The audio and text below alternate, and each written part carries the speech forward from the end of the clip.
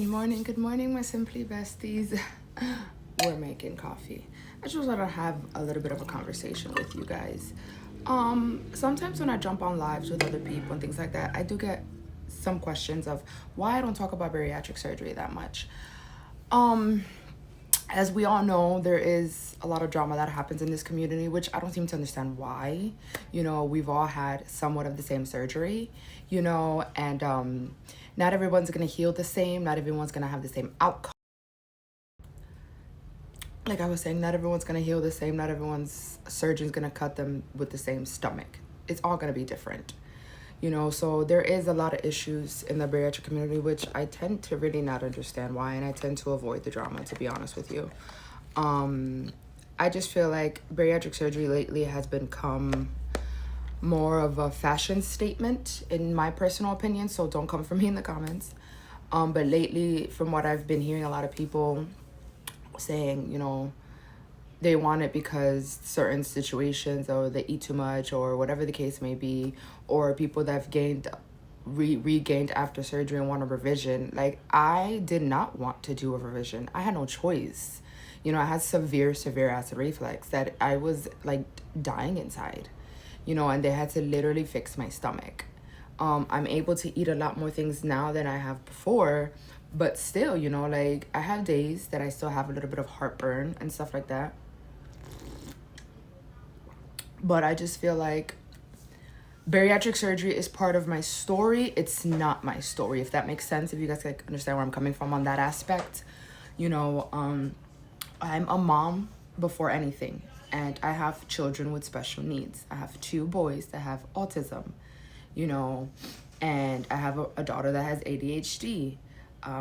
Going through this process of my children, it wasn't easy. I didn't ask for this, but it's the cards that I was dealt. I'm not going to be angry or be upset about it.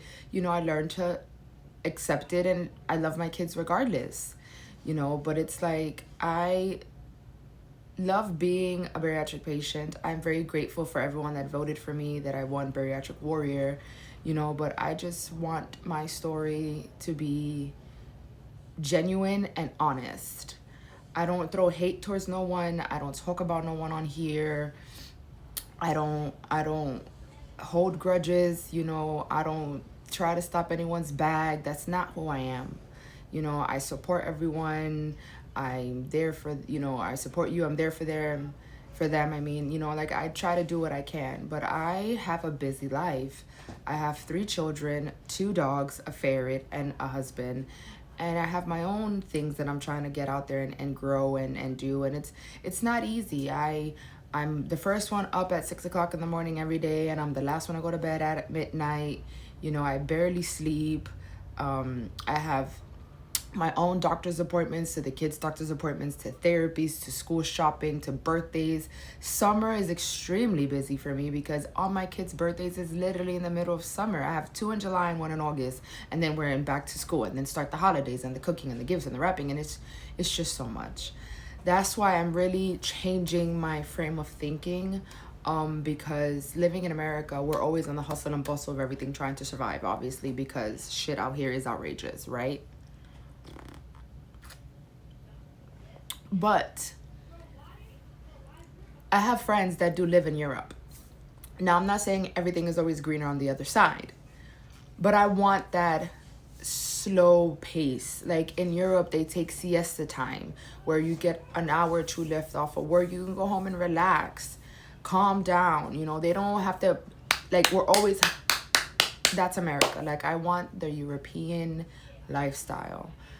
Relax, calm, not agitated, because my whole fucking life, you guys, like, I've been stressed, and I just can't function like that anymore. I can't deal with the negativity. I can't deal with the drama, to the point that I've even cut out family members, like blood people. Like, you're not gonna bring peaceful to my home and tranquility, then I just don't want to deal with you. I would love you from afar, but my new motto is, I will no longer entertain delusional behavior.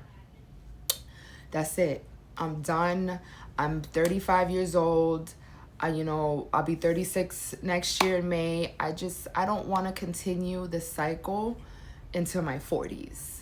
I just don't want it. I've stopped talking to even my certain family members of my husband's side. Like, I just can't. I just can't anymore, you know. And like I said, being a bariatric patient is not easy, and I've had the surgery twice. It's not easy. What might work for me might not work for you, you know. And we just have to understand that it's everybody's different. I have medical issues before surgery that caused me to have complications, unfortunately. And I don't get on here to fearmonger people. I'm very honest. If you're considering doing weight loss surgery, really think about it. You know, don't do it to be the next Kim Kardashian of bariatric surgery, because you're doing it for all the wrong reasons. This surgery, this process is not easy by any means. It is not easy. And if you end up getting a doctor like mine that botched my first one, it's hard to get help. You know, and I will always be grateful to JoJo and her bariatric luncheon, because if it wasn't for that luncheon, I would have never met Dr. Baglu. And she is the one that I owe my success and my award to, Dr. Baglu, because if it wasn't for her, I wouldn't be where I am today.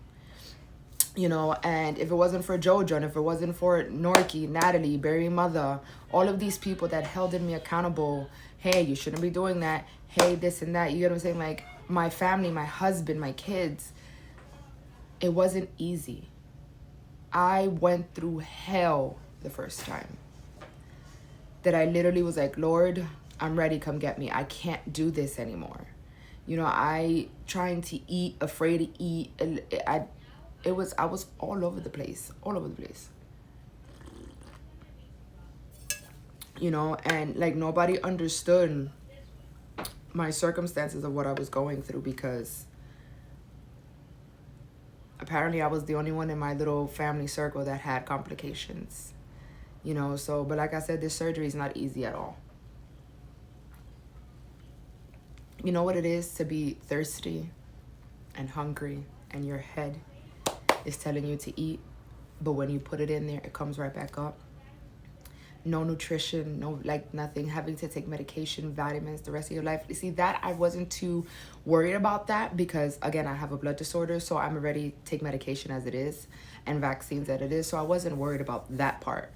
But to know of having, like, I'm 164 pounds, but I look pregnant, all the extra skin, like literally, and all of that costs money to remove. Is cosmetic. Insurance sometimes will cover it, sometimes it won't. And with this government and Medicaid, they're taking all of that out of there, because I read that big dumbass bill, and apparently cosmetic surgery and things like bariatric surgery will no longer be included, supposedly. That was in the bill. So like I said, bariatric surgery is part of my story, but it's not my story. And I just don't want to deal with the negative Nancy's, the bariatric food police, the Kim Kardashians of bariatric surgery. I just don't have the energy to deal with that at all. I don't. Like, this is what's the problem in society. We all want to be the next big thing. Can't we just be ourselves? Can't we just be genuine? Can't we just be individuals? We were all born different, to think different, to act different, to have different beliefs. If God wanted us to all be the same, he would have made us all the same, but he made us unique and different for a reason. There's nobody in this God-given world that is like me. I am one of a kind. There's nobody like you, and you're doing great.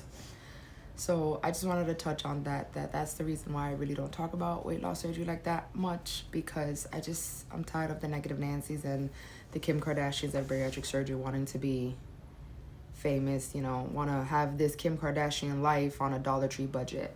I'm just saying. Anyways, on that, have a good day. Till next time. Tell me it's impossible.